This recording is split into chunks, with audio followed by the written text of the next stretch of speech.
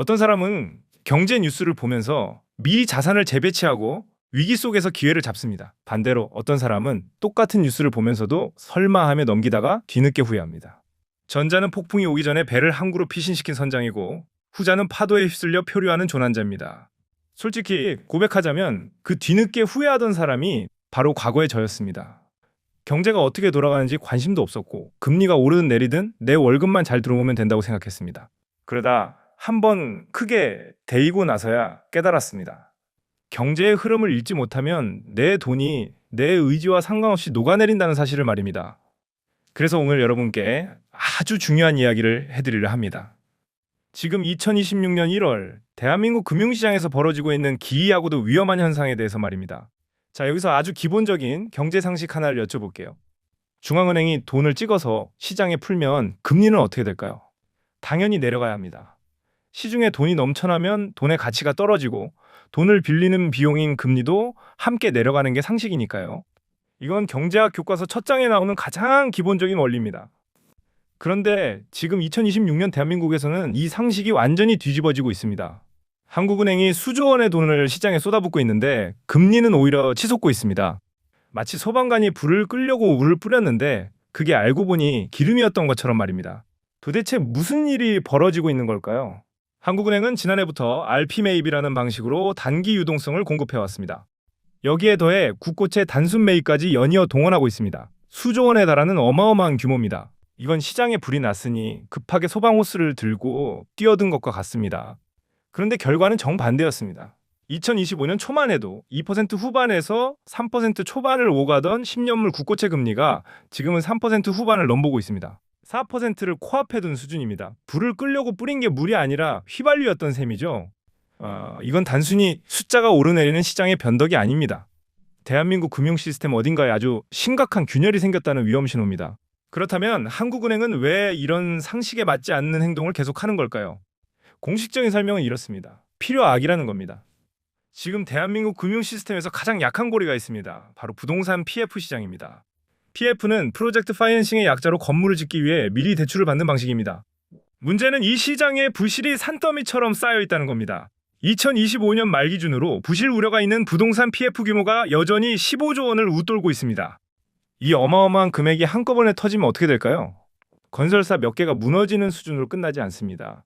여기에 돈을 빌려준 저축은행이 흔들립니다. 증권사도 휘청거립니다. 심지어 시중은행까지 연쇄적으로 충격을 받게 됩니다. 대한민국 금융 시스템 전체가 마비될 수 있다는 공포가 깔려 있는 겁니다. 한국은행은 바로 이 최악의 시나리오를 막기 위해 소방수 역할을 자처하고 있습니다. 급하면 불부터 끄자는 거죠. 하지만 시장의 시선은 완전히 다릅니다. 한국은행의 이런 행동이 오히려 더 큰 문제를 만들고 있다고 봅니다. 바로 도덕적 해이라는 독버섯이 자라나는 토양이 된다는 겁니다. 한번 상상해 보세요. 아이가 넘어질 때마다 푹신한 매트를 깔아주면 어떻게 될까요? 아이는 조심해서 걷는 법을 배울까요? 아니면 더 과감하게 뛰어다니다 결국 더 크게 다치게 될까요? 지금 한국은행이 깔아주는 유동성이 바로 그런 매트 역할을 하고 있습니다. 사업성이 없어서 진작 정리됐어야 할 프로젝트들이 중앙은행의 돈 덕분에 연명하고 있습니다. 금융기관들도 마찬가지입니다. 위험한 곳에 투자해도 결국 정부가 구해주겠지 하는 믿음이 생겨버렸습니다.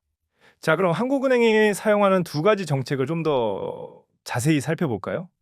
첫 번째는 RP 매입입니다. 이건 한국은행이 시중은행에서 국채를 담보로 잡고 단기 자금을 빌려주는 방식입니다.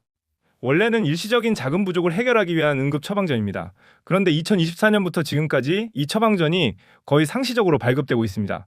이건 마치 환자에게 진통제를 계속 놔주는 것과 같습니다. 당장의 고통은 줄어들지만 병의 원인은 점점 깊어지는 거죠. 두 번째는 더 강력한 카드입니다. 국고채 단순 매입이라고 합니다. 이건 한국은행이 직접 시장에서 국채를 사들이는 겁니다. 사실상의 양적 완화입니다. 바로 이 지점에서 처음에 역설이 풀리기 시작합니다. 왜 돈을 푸는데 금리가 오를까요? 시장의 스마트머니, 특히 외국인 투자자들은 이렇게 생각합니다. 한국은행이 저렇게 필사적으로 돈을 풀고 있다는 건 상황이 우리 생각보다 훨씬 심각하다는 뜻이구나. 결국 한국은행의 정책은 시장의 안도감이 아닌 더 깊은 불안감을 심어준 셈입니다. 그 불안감이 바로 위험 프리미엄이라는 이름으로 국고채 금리에 반영됩니다. 한국 국채에 투자하는 게 더 위험해졌으니 더 높은 이자를 내놓으라는 시장의 요구입니다. 자, 여기서 아주 불편한 단어가 등장합니다. 코리아 리스크 프리미엄입니다. 그 글로벌 투자자들이 한국 시장을 볼 때 다른 선진국에서는 없는 추가적인 위험이 있다고 판단한다는 뜻입니다. 외국인 투자자의 눈에는 이렇게 보입니다. 한국 경제는 거대한 폭탄을 안고 있는데 폭탄을 해체할 전문가가 아니라 테이프로 칭칭 감아서 시간만 벌고 있구나. 외국인 투자자들은 한국 국채를 팔아치우거나 훨씬 더 높은 이자를 요구합니다. 그 결과가 다른 나라보다 더 가파른 금리 폭등으로 나타난 겁니다.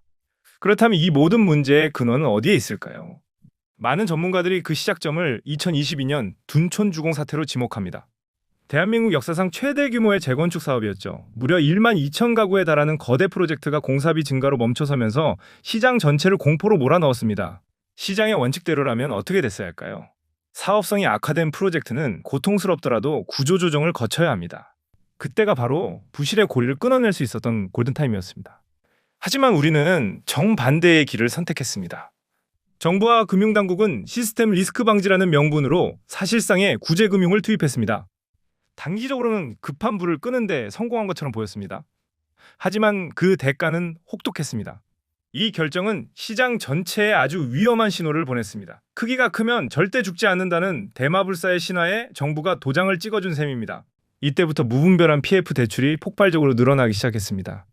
2022년에 도려냈어야 할 작은 종기가 2026년 지금 온몸으로 퍼진 거대한 암덩어리가 되어 우리 경제의 목을 조르고 있습니다. 더 근본적인 문제가 있습니다. 왜 정책당국은 이토록 무리한 결정을 내렸을까요?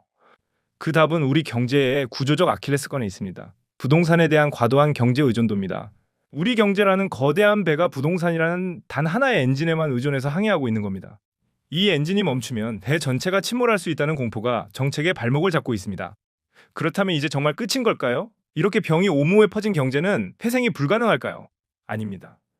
역사적으로 우리보다 더 심각한 금융위기를 겪었던 나라들도 고통스러운 수술을 통해 살아남았습니다. 대표적인 방법이 바로 배드뱅크입니다. 금융권 곳곳에 흩어진 부실 자산을 한 곳에 모아 격리하고 시장가 기준으로 빠르게 정리하는 구조입니다. 1990년대 초 스웨덴은 부동산 거품 붕괴로 금융 시스템이 마비될 위기에 처했습니다.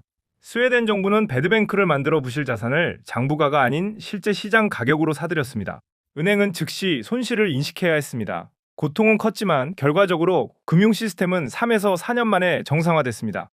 자, 이제 가장 중요한 이야기를 할 차례입니다. 여러분 각자가 이 위기에 대비할 수 있는 개인 경제 계기판을 알려드리겠습니다.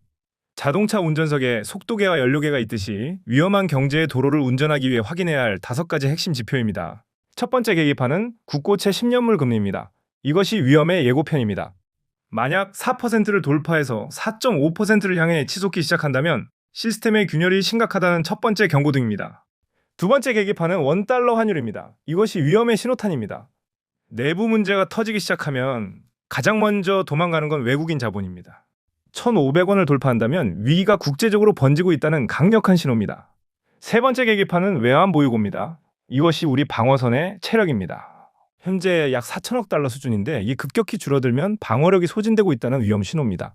네 번째 계기판은 PF 대출 연체율입니다. 이것이 뇌관의 온도입니다. 일부 취약사업장의 연체율이 10%를 넘어 15%를 향해 간다면 내부 폭탄이 터지기 직전이라는 신호입니다. 다섯 번째 계기판은 외국인 채권 주식 순매수 동향입니다. 이것이 가장 똑똑한 돈의 흐름입니다. 외국인들이 한 달에 수조 원씩 한국 자산을 팔아치우고 있다면 그들이 먼저 위기를 감지하고 탈출하고 있다는 증거입니다.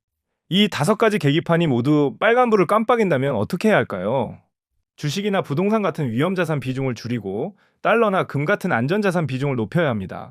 이 계기판은 미래를 100% 예측하는 수정구슬이 아닙니다. 하지만 경제 위기라는 안개 속에서 길을 잃는 희생자가 아니라 스스로 경로를 수정하는 현명한 운전자가 되게 해줄 겁니다. 위기는 언제나 파괴의 얼굴로 찾아옵니다. 하지만 그 이면에는 부실을 정리하고 건강한 자산이 죗값을 받는 기회도 숨어 있습니다. 여러분의 경제 계기판을 오늘부터 책상 위에 올려두세요. 2026년 거대한 파도 속에서 살아남아 새로운 기회를 잡는 행동하는 투자자가 되시길 바랍니다.